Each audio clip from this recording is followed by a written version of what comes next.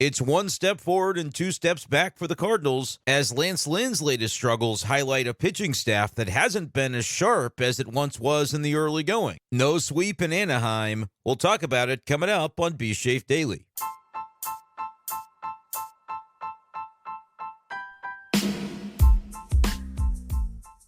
What's going on, everyone, and welcome in to this edition of Be Safe Daily. Brendan Schaefer here with you in the early morning hours of Thursday, May 16th, 2024, as the sweep once again evades the St. Louis Cardinals on Wednesday night.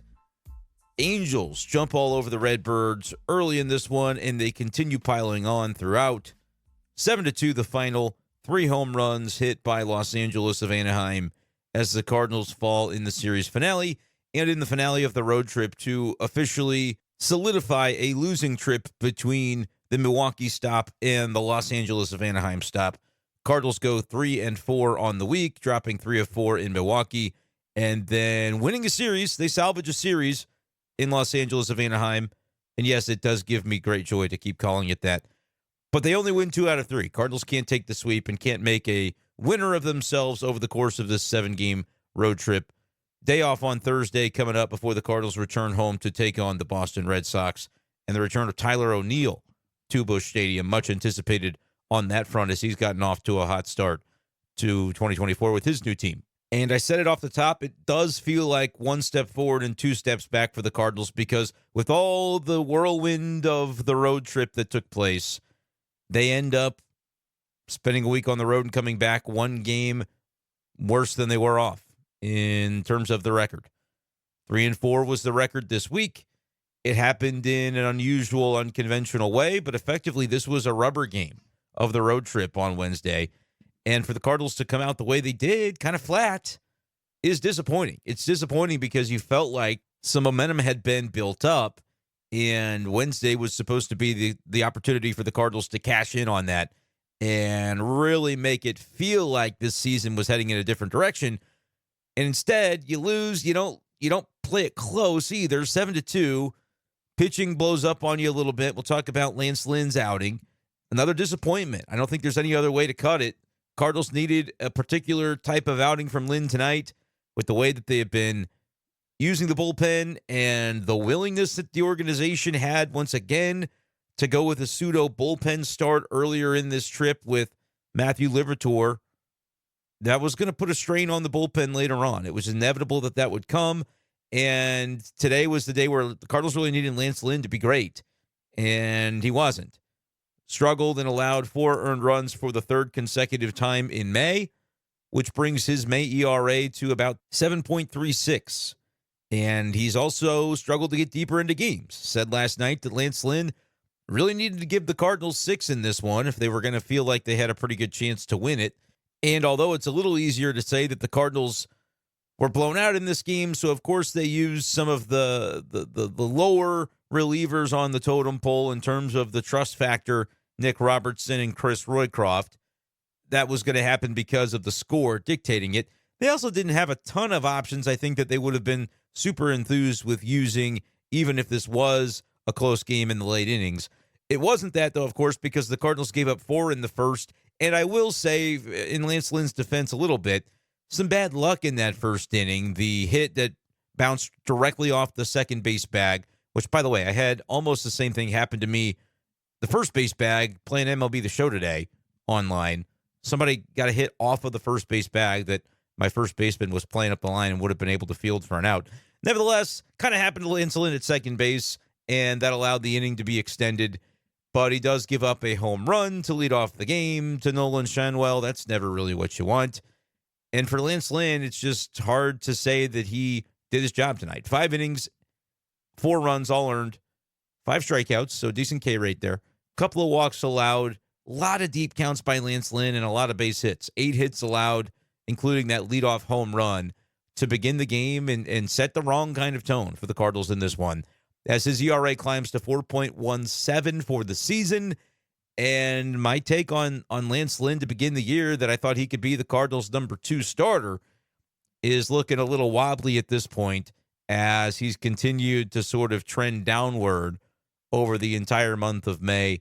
Had a good start to end April, 5 innings, 1 run, the one that he had against the New York Mets, and pitched into the 6th in that one, but did not record an out in the 6th.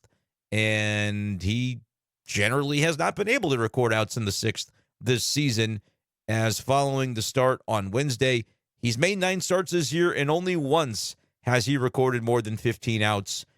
And in only about half of those, 5 times now, because he did successfully do it on Wednesday, has Lance Lynn actually gotten through the 5th. There have been 3 starts where he has been unable to traverse 5 innings. Thought maybe he was going to be in danger for that tonight because he got the pitch count up to 106 by the time it was all said and done. But to his credit, ended the outing with a strikeout and found his way through that 5th inning tonight. Out of necessity, right? You say, wow, that's probably the largest pitch count we've seen from a Cardinals starter this year. I'd have to go back and check, but I think that sounds about right. And the reason you push him to the extent that you do, if you're Ollie Marmol, is because you knew the bullpen was on fumes and needed more from him than Lance Lynn was destined to provide. They do push him about as far as he could go. And the thing about it is, it's not a terrible outing from an ERA perspective. It's not good. 5 innings, 4 earned runs is that's going to run you right up around the 7 ERA range. And it's where Lance Lynn has been now for 3 consecutive starts this month. But it is the type of start that should keep you competitive in the game. It didn't do so for the Cardinals for a couple of reasons. One, because the 4 runs he gave up all happened in the first inning. So that does sort of take an offense out of it. It's not supposed to. We know that the guys are supposed to be able to grind through their at-bats regardless of the score. But I do think human nature creeps in. We talked about this a lot last year. When you get down early, that can be maybe an impediment, a mental hurdle to try and get over, to believe that you're going to be able to find your way back into the game. And the Cardinals started by spotting the Angels 4 runs in this one. And that's disappointing, man. I saw a tweet from Brandon Kiley, and I think it's an interesting one, of 101 ESPN, Brandon Kiley. He said the Cardinals have allowed at least 5 runs in each game of the series against the Angels. It's the first time this season the Angels have scored at least 5 runs in all 3 games of a series. So that's an offensive team that has not been at the top of the top. They do hit a fair amount of home runs, but the Angels are not a team that typically is scoring at that rate, and the Cardinals did allow them to do it this week. Now, it's in a series win for St. Louis. You take 2 of 3, but you start to sort of look at maybe the cracks forming in this pitching staff, and I think Lance Lynn is definitely a big example of that, because it's something I was harping on a little bit toward the end of April when you saw the strike percentage for him, even in games where he was coming away from it looking okay. Last 2 starts of April against Arizona and the Mets, he just had a lower strike percentage. It was around 60, maybe even in less than that in terms of the percentage, and you really want to be about 65%, give or take. And it was causing him to not get very deep into games, and that was the first month of the season, so you kind of chalk it up and say, all right, Lance Lynn's going to come into his own. It's been largely worse than that, though, in the month of May, where he has continued to struggle consistently to get above 60% in terms of strike throwing, and tonight was a similar story. Now, he threw a bunch of pitches tonight out of necessity. 64 out of 106 were strikes tonight for Lance Lynn, which is a little bit better of a percentage, just above 60%, but still not enough, and still something that I've been kind of harping on, because it just seems there are a number of non-competitive pitches that are off the plate by a good amount to where the batter is not going to be compelled to even think about swinging at it. And then sometimes it's the other types of balls that really frustrate, because instead of attacking and going right after the hitter, Lance Lynn is getting himself into deeper counts because he's just a hair off. And I've continued to say, I wonder if it's just the movement on his fastballs, his 92 different fastballs that he throws. He's trying to paint it to the edge of the strike zone, and sometimes if you try to paint it a little bit too fine, you miss by 2 or 4 inches. And if the guy's not chasing, then that's going to end up being something that leads to long at bats and to deep counts. And tonight was another night that Lance Lynn dealt with deep counts. Only a couple of walks. You take 2 walks per 9, I think, from Lance Lynn. Not sure exactly what his season-long rate would be in that regard. Coming into tonight, it was certainly higher than that. 40 in the 3rd innings before tonight, and 18 walks. So that's almost a walk every 2 innings almost, which is, about 4 per 9. has been the walk rate for Lance Lynn. So a little bit better today, but not really, right? 2 walks in 5 innings. That's going to parse out to about what his season average has been, maybe a little better than the season average. But still, it's just been the story of his season. And I sort of look at it from a standpoint of, all right, the starting rotation was the thing that we were giving quite a bit of credit to, even when the Cardinals weren't winning. And we were saying, look, it's because of the offense that they weren't succeeding. Now, that, to be clear, was still the case on Wednesday night. 1 for 10 with runners in scoring position. That trend, and I will say that it's still a trend for the Cardinals at this point. I know they've had some moments where they put up some decent run totals on this trip, but they also have not taken full advantage of the base runners that they were allotted in those games. Even the game that they scored 7 runs on Tuesday, I think they still went like 2 for 15 or something with runners in scoring position. Monday was a little better at 4 for 13 when they had the 8-run 7th inning. But even that was an example of their successes being isolated to mostly that one frame. So I'll continue to harp on it because as much as I can recall from the previous homestand, Ollie Marmol insisting that runners in scoring position is not the issue of the Cardinal offense, I think his point was well taken because he was basically saying it's not the primary issue. It's not a thing that's isolated from the rest of the general malaise of the offense at large. And at the time, maybe that was true. The numbers were a little more reflective that your struggles with RISP are indicative of simply your struggles overall as an offense. Right now, though, it's getting pretty bad with runners in scoring position. The Cardinals have a 191 now after tonight batting average with runners in scoring position, which is the worst mark in Major League Baseball by about 7 points compared to the Chicago White Sox, who are at 198. The Cardinals overall are 24th in baseball in batting average. So they've actually gone up a little bit with the hit parades that they've been able to put together over the past handful of days or so. They had 4 games in a row with 10-plus hits. And then in the game tonight, not quite 10, but they had 9 hits. So the batting average team-wide has gone up, and their ranking has gone up to 24th in baseball. Over that span, though, they have fallen from about 28th, 29th with RISP to dead last by a hefty margin with RISP. Runners in scoring position and clutch hitting is still a problem for the St. Louis Cardinals. And if they're going to come out of this situation that they're in with the standings and the record, they're 7 games below 500. We talked about it last night. This would be a big swing game. Could you climb up one more rung of the ladder and be 5 games below, or are you going to take a step backward and be back down to 7 below? 18 wins, 25 losses. Pirates lost, Reds lost, and Padres lost on Wednesday as well. So the circumstances, as we discussed it, related to how close the Cardinals are to third place. They're half game out. I thought they were percentage points out yesterday, and that must not have been the case because the Pirates have played 1 extra game and they won it. So they're 7.5 back in Milwaukee. Cardinals are 8 back. Somewhere along the way, I got my wires crossed. I think I said yesterday the Cardinals were 7.5 out, and in reality, they must have only been 7 out because the Brewers won today, Cardinals lost, so they drop a game. Nevertheless, the Padres are 22 and 24, and as of yesterday, they were in the driver's seat for the 3rd wild card spot. I know it's May, so it's kind of a weird thing to be talking about, especially when a team is below 500. But they're currently at a 478 winning percentage. They lost again on Wednesday, as I mentioned. So the Cardinals are still technically 2.5 games back of a playoff spot as we sit here, although the Nationals and the Arizona Diamondbacks are basically in a virtual tie percentage points wise with the Padres for that 3rd spot.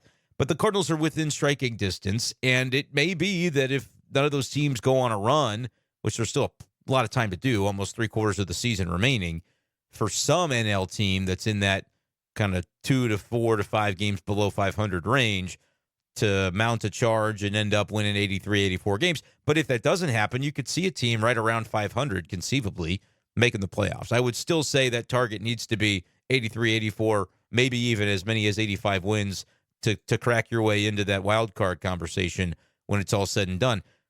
But, it's not a large gap to make up in terms of the games. It is a large gap when you consider the Cardinals are 7 games below 500, and they're not consistently playing well enough to make you feel like they're doing the things that it'll take to get back to 500 in short order.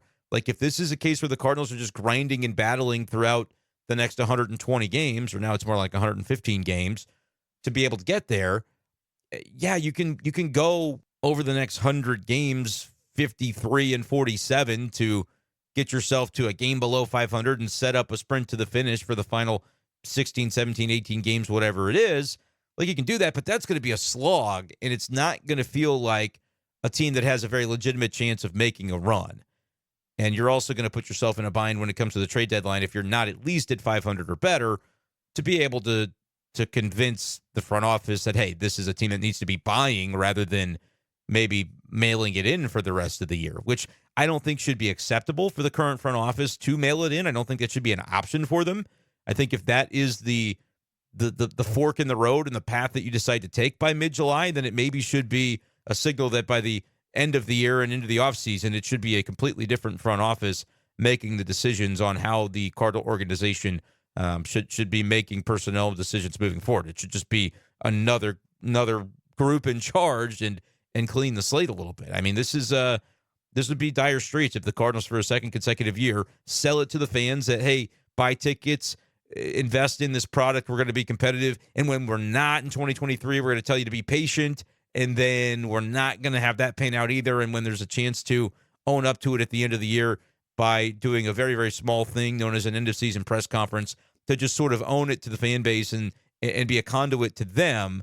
Yes, you're talking to the media in that moment, but saying to the fans directly, we didn't do enough and we're going to get it fixed for you guys, and not really taking that opportunity and sort of shirking the responsibility, in my opinion. And then coming into 2024 and basically saying, no, it's all good now. We're going to fix it. We're going to make this right. And then if it doesn't end up happening, that would be the trend of disappointment that I think should lead at that point, if it does come to fruition, to some changes being made. And now we talked within the last week about potential changes being made within the season and to the manager's seat, potentially something that we thought could have happened like this week. Or still maybe could, I guess, theoretically. But you win the series against the Angels. You win the final game in Milwaukee, so you don't get swept there in the 4-gamer. Probably enough to just kind of sit tight and not do anything too rash at this point. Cardinals fans, you can let me know in the comments what you think about that. But just from a vibe standpoint and the way it feels right now, it doesn't feel necessarily like a major shift and move could be imminent. It did, over the weekend, feel like any moment there could be an announcement that something unexpected or very bold was about to happen.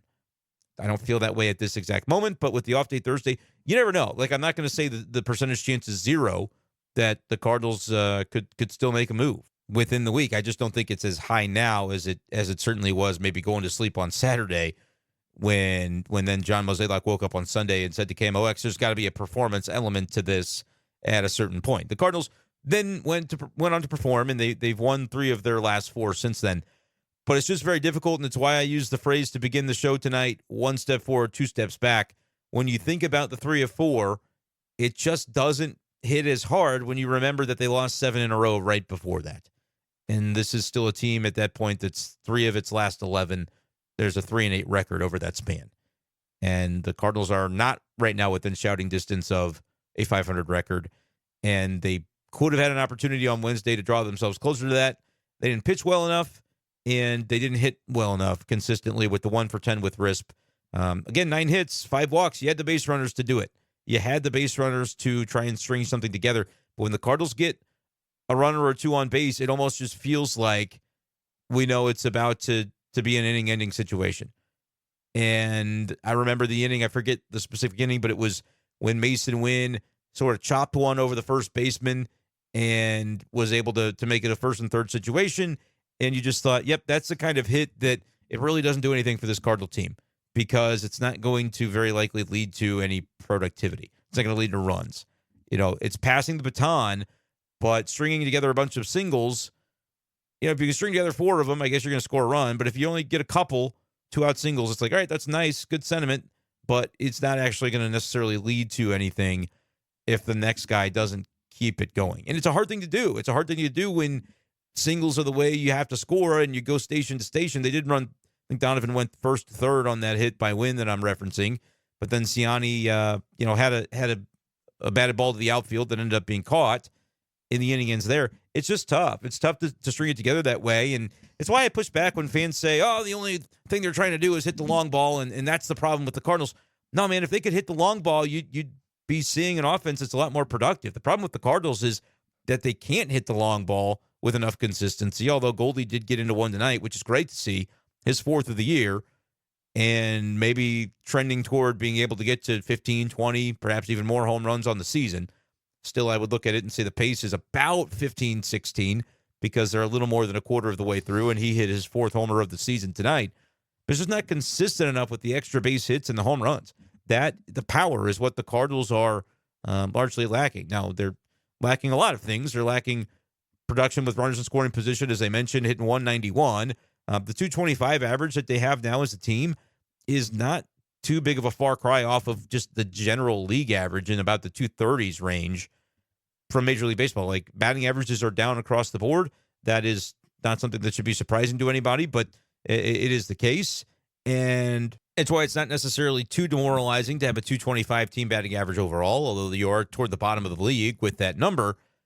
But when you then look at OPS and slugging percentage in particular, all right, Cardinals are 28th in slug at 347. They're just not hitting for power. Only the White Sox and Marlins have a less powerful offense than the Cardinals in terms of slugging percentage to this point.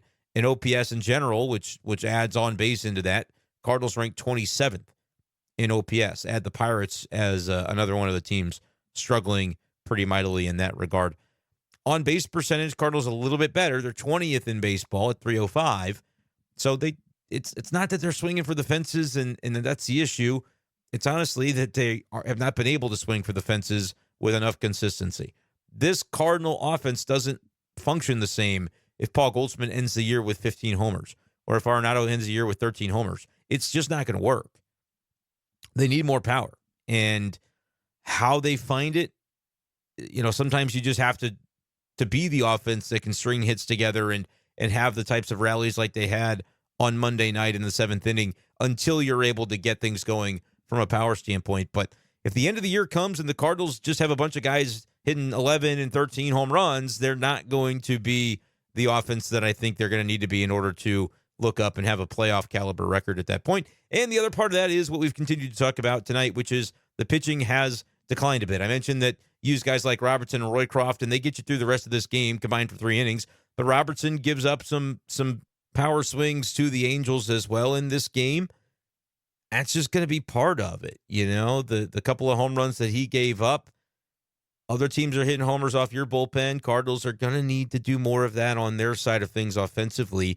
And when you're looking at the guys that are sort of in that bottom rung of the trusted relievers, they're going to have to pitch in the types of games like Wednesday when you're not able to score enough to keep it within 1 or 2 runs and compel Oli Marmol to use more of the high-profile relievers. You're not going to waste any of those guys on a 4-run deficit. It just doesn't make any sense to do it, especially on the heels of having Liberatore start game 1 of the series and knowing the strain that put on your bullpen. We'll see what the Cardinals end up doing moving forward when it comes to that rotation spot.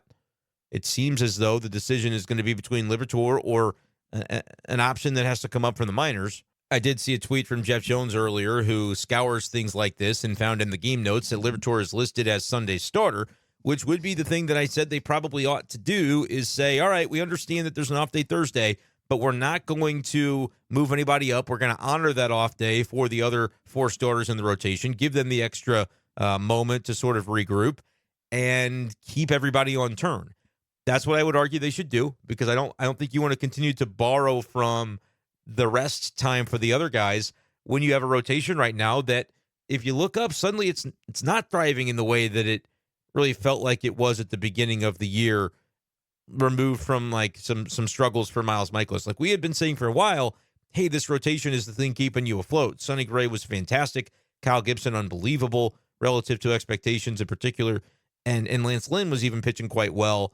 And now suddenly it's not the same vibe. It's not the same tone for that group. And I'm going to look this up now to give you the updated numbers on just rotation ERA. Cardinals are 25th in baseball now, all of a sudden in rotation ERA at 4.72. So for all the credit that we were giving the rotation early on, that's a problemed element of this Cardinals team at this point, officially. Overall ERA for the team is 4.39. That ranks 23rd in baseball. That's because the bullpen's still been largely pretty good. Certainly better than where the numbers are for the rotation. I don't know where that gets you. I don't know how far that gets you to have a bottom 5 offense, which the Cardinals still do, and a bottom 10 pitching staff, and maybe a bottom 6 or 7 rotation. I mean, I think I actually do know where that gets you. It's nowhere good, but it's where the Cardinals could be heading at this point. If you just look at the raw numbers, they have the statistics of a team that should be about 18-25. And that is maybe a stark reality, a harsh reality. Is it one that right now they see within the organization? I don't necessarily think so. I think they still believe that maybe there's more in the tank, and I think there can be more in the tank, but the statistics have to improve. Their play has to improve, and they'll win more games. Consistently, we haven't yet seen that from the Cardinals. I'm going to play something from Ollie Marmol here after the game on Wednesday. This is going to be courtesy of Bally Sports Midwest.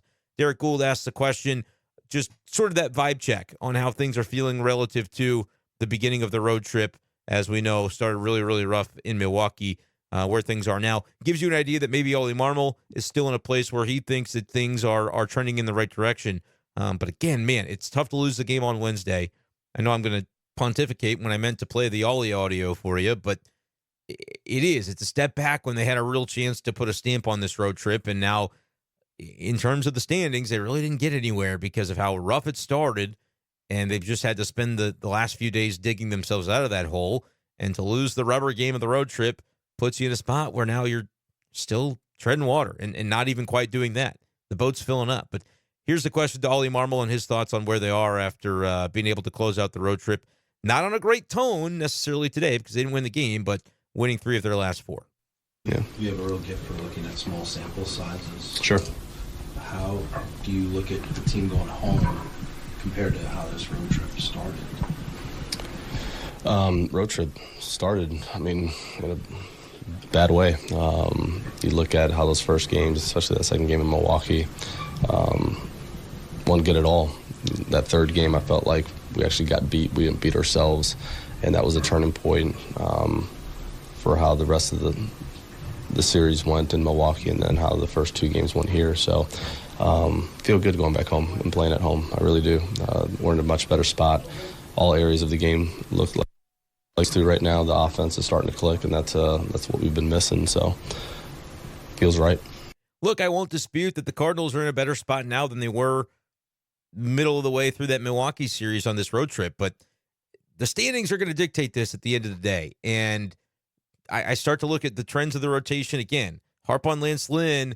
He's got to throw more strikes. He was supposed to be more of an innings eater for this team, and we have just flat out not seen that.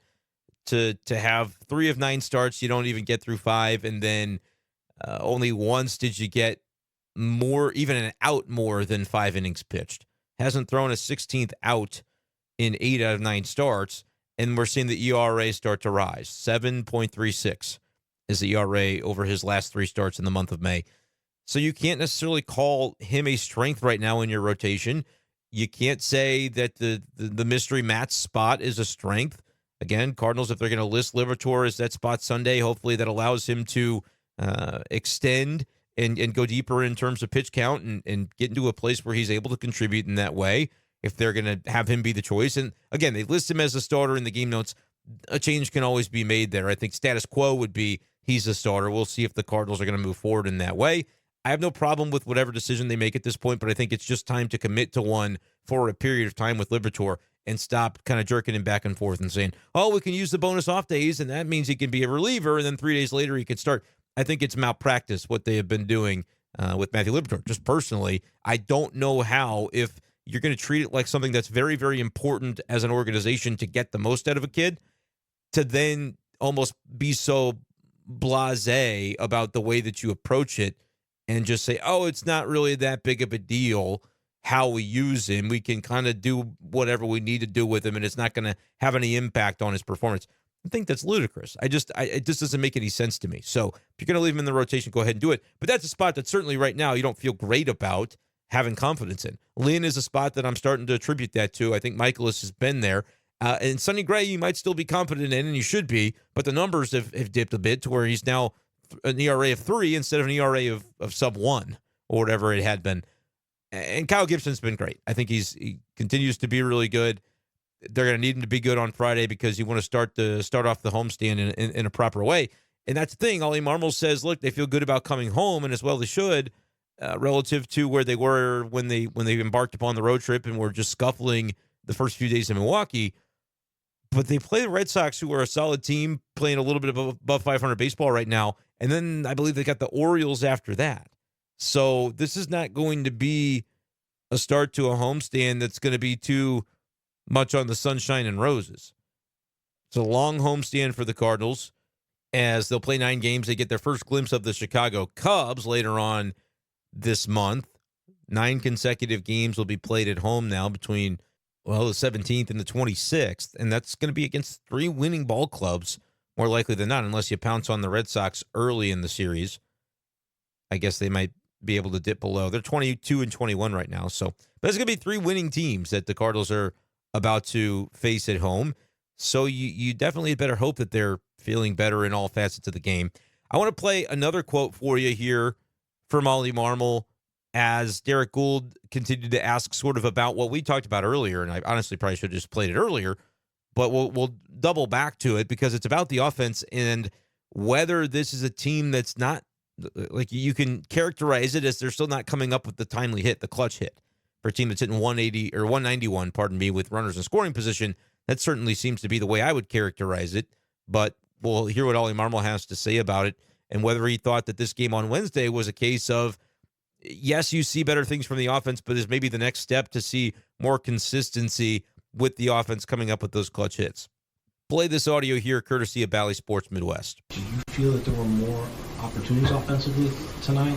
Just didn't kind of cash in? No, not as much as some other games where you just really didn't cash in. I felt like we could have created more opportunities, but no, not compared to some other games. Yeah. Is that maybe kind of the last push from the offense? You seem life there. You seem better at bats. The timeliness of hits. I don't know. I know that they were there yesterday, the day before, and the day before that. So no, there's certain games where it's going to look like what it looked like today, but we just can't have too many of them. And there's Cardinals manager Ollie Marmol on the notion of whether timely hitting is still an issue for the team. Look, I think this is a spot where I'm going to disagree with the manager.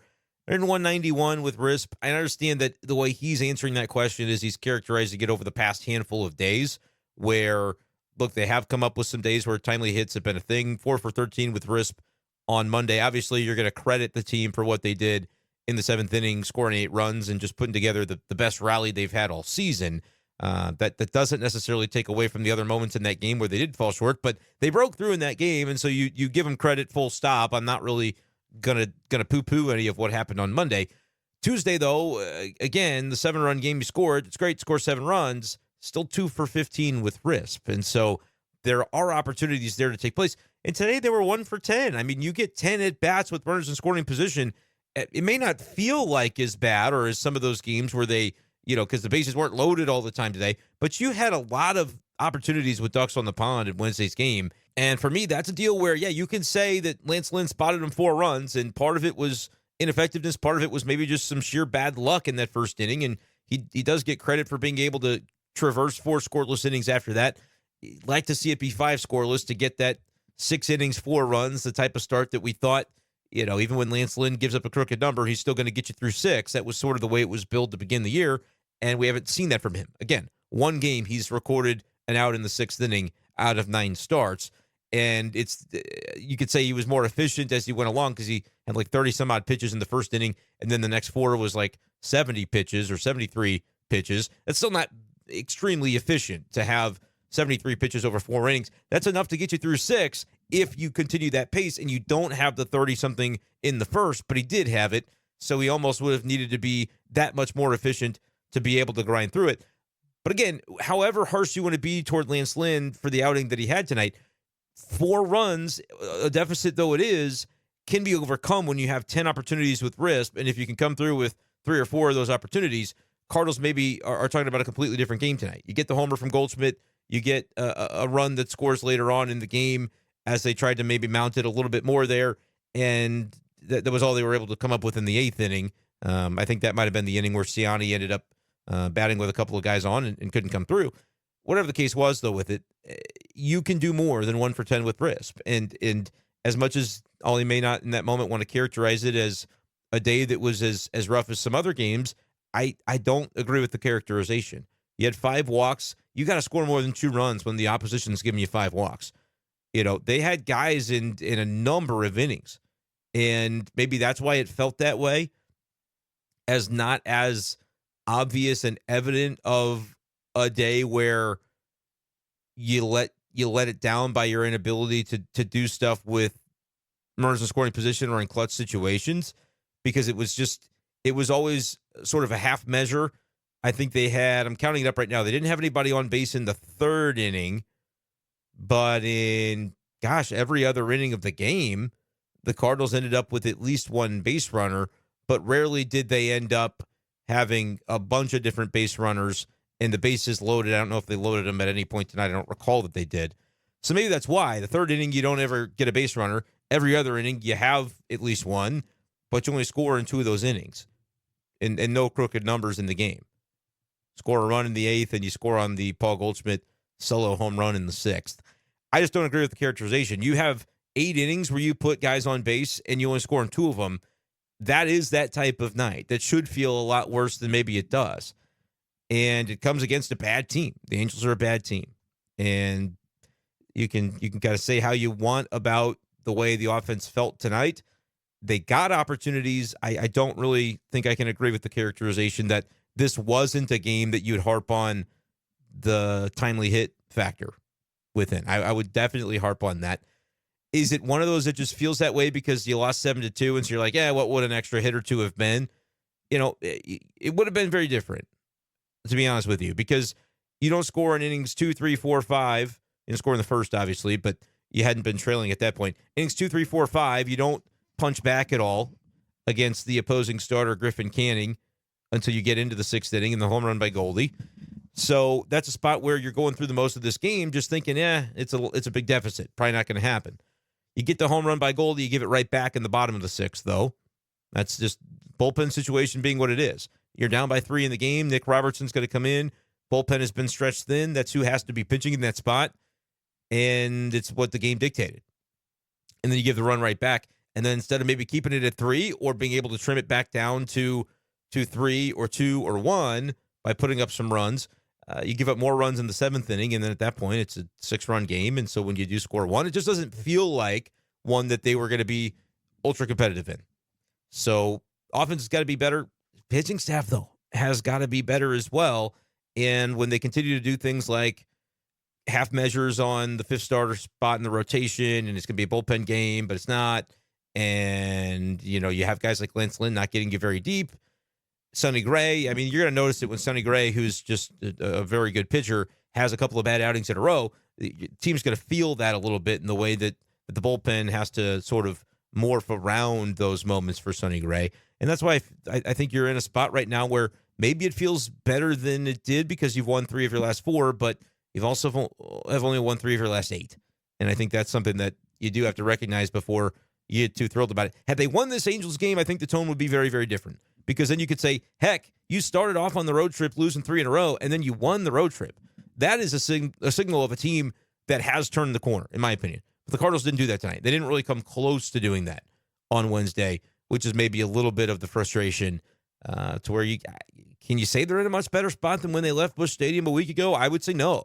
They're certainly not. And they're objectively not when you look at the standings and maybe the standings, because I think they're tied for last instead of in last. But when you look at the record relative to 500, they've lost ground. 1 step forward, 2 steps back is the story of the road trip for me. And it maybe didn't happen in that order, so you feel better about it than you otherwise would have. But anytime you go 3 out of 11, that should still be something you recognize, even if you're trying to fake it till you make it within the team structure and say, hey, we feel good about where we are because we're turning the corner. We'll see. This loss on Wednesday felt like the type of loss that the Cardinals have had a lot this year. And you'd like to see those eradicated as often as possible if you're really going to believe that the team is turning the corner. But Cardinals fans, let me know in the comments below what you think. Make sure to hit the subscribe button on YouTube if you haven't done so already. I should try to remember at some point to do this little spiel at the beginning of the episode instead of toward the end. But Brendan Schaefer, St. Louis Cardinals writer. That's the channel. Cover the Cardinals for KMOV, a lot of the home games I'm at, but also doing this daily podcast, talking about the Cardinals all season long. If that's something you enjoy, hit subscribe. And another reminder, I'll keep talking about it in every episode, but channel memberships are now live on YouTube. Something new that we're doing. Channel memberships includes various perks, including icons and badges that'll delineate your comments on the videos, and especially in the live streams, that'll be the case. Shout outs, and I want to definitely shout out Darren and Scotty for hopping on the subscription within the last day or so. Appreciate you guys. I just rolled it out this week.